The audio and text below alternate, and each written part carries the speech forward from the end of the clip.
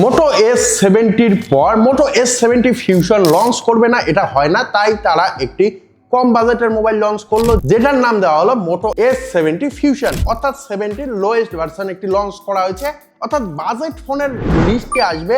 এবং যেটা এখন পর্যন্ত আমি লঞ্চ করা হচ্ছে বলছি, তবে এখন পর্যন্ত লঞ্চ করা হয়নি। 28 তারিখে এর রিভিল হবে। তো যাই হোক, এই মোবাইলটি যেহেতু দিয়েছে, তারা ফটো টটো সমস্ত কিছু দিয়েছে, তো লঞ্চ হয়ে গেছে। তো যাই হোক, এই মোবাইলটির মধ্যে তারা অনেক কিছু ভালো কাজ করেছে, অর্থাৎ তারা মোটোরোলা কি করেছে, এইখানে ওয়ার্ল্ড ফার্স্ট ক্যামেরা দিয়েছে। সবার প্রথমে এই ক্যামেরাতে আসি, কারণ ক্যামেরা নিয়ে সবাই দৌড়াদৌড়ি করে। এইখানে world first Sony LTY710 camera দেওয়া আছে, যেটা কিন্তু মোটো AI দ্বারা ইনহ্যান্স হবে, অর্থাৎ এর ক্যামেরা কোয়ালিটি বা ক্যামেরার যে টেক্সচার বা ফটোর যে টেক্সচার, ফটোর যে লুক, ফটোর কালার, সমস্ত কিছু মোটো AI কন্ট্রোল করবে। তার সঙ্গে সঙ্গে সামনে একটি 32 মেগাপিক্সেলের সেলফি ক্যামেরা দেওয়া হয়েছে, পেছনে ডেপথ সেন্সার বা ম্যাক্রো সেন্সার বা আলট্রা ওয়াইড অ্যাঙ্গেল সেন্সার হিসেবে 13 মেগাপিক্সেলের ক্যামেরা দেওয়া হয়েছে।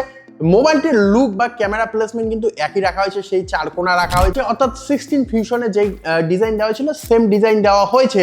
অর্থাৎ AI কি কাজ করবে, যেমন যদি তোমরা রানিং কোনো ফটো নাও, সাবজেক্ট চলে গেল, কিন্তু তারা সেটাকে মেকআপ করে নিতে পারবে, এইরকম কিছু অ্যাডাপটিভ ফিচার্স দেওয়া হয়েছে। তার সঙ্গে সঙ্গে সব ক্যামেরা দিয়ে তোমরা 4K রেকর্ডিং করতে পারবে, অর্থাৎ সামন পেছন সমস্ত কিছু দিয়েই 4K রেকর্ডিং করতে পারবে। তো ক্যামেরাকে হাইলাইট করেনি শুধু, এইখানে কিন্তু হাইলাইট করা হয়েছিল ডিসপ্লেকেও, কারণ এইখানে ডিসপ্লে দেওয়া হয়েছিল 1.5K true colour quad cup display দেওয়া হবে, যেটা কিন্তু একটি দুর্দান্ত ডিসপ্লে হতে চলেছে। কারণ শুধু ডিসপ্লে নয়, এইখানে 144 হার্জের হাই রিফ্রেশ রেট দেওয়া হবে, তার সঙ্গে সঙ্গে 5200 নিট পিক ব্রাইটনেস দেওয়া হবে, যেই জন্য ডিসপ্লেটি অনেকটাই ব্রাইট হবে। মোটোরোলার এই জিনিসটা আমার ভালো লাগে, তারা যে ডিসপ্লেটি দেয় তার কোয়ালিটি দুর্দান্ত দেয়, তার সঙ্গে সঙ্গে এর ব্রাইটনেসও অনেক দেয়, যে কারণে ডে লাইটের মধ্যে বা সানলাইটের মধ্যে ইউজ করার ক্ষেত্রে কোনোরূপ সমস্যা হয় না।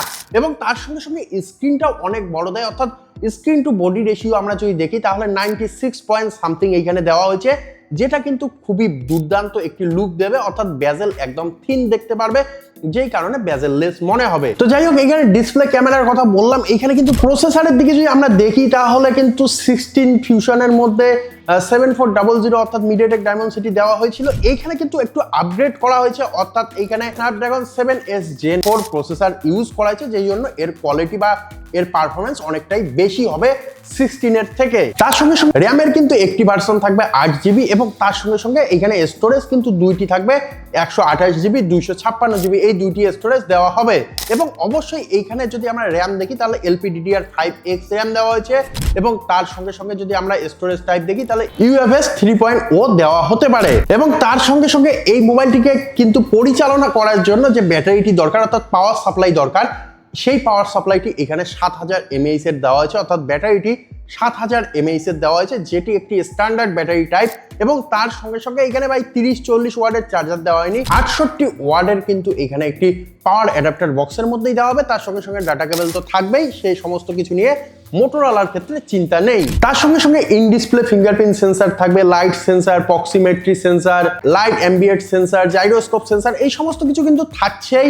এবং তার সঙ্গে সঙ্গে আমরা যদি প্রোটেকশনে আসি তাহলে IP68, 69 এর সাপোর্ট অবশ্যই থাকবে মোটোরোলার ফোন বলে কথা। এবং তার সঙ্গে সঙ্গে ডিসপ্লেকে প্রোটেক্ট করার জন্য কিন্তু এইখানে কর্নিং গরিলা গ্লাস 7i অর্থাৎ লেটেস্ট প্রোটেকশন অবশ্যই দেওয়া হবে। এবং তার সঙ্গে সঙ্গে অবশ্যই মিলিটারি গ্রেড সার্টিফাইড ফোন হবে, কারণ মোটোরোলা বলে কথা, তারা কোনো কিছুতে কম্প্রোমাইজ করে না। তাদের ফোনের মধ্যে দাম নিয়ে তাদের বাজে না, তাদের ফোন যে দামেরই হোক সেইখানে কিন্তু সমস্ত কিছু ঢুকিয়ে দেয়, যাতে কাস্টমারের কোনোরূপ অসুবিধা না হয়। এবং তারা কিন্তু এখানে কালারের মধ্যে কম্প্রোমাইজ করেনি, 3টি কালার দেবে, একটি ব্ল্যাক, তার সঙ্গে সঙ্গে গ্রিন এবং ব্লু, এই 3টি কালার তো থাকবেই, অর্থাৎ তারা প্যান্টন কালার দেয় সেটাই থাকবে এইখানে।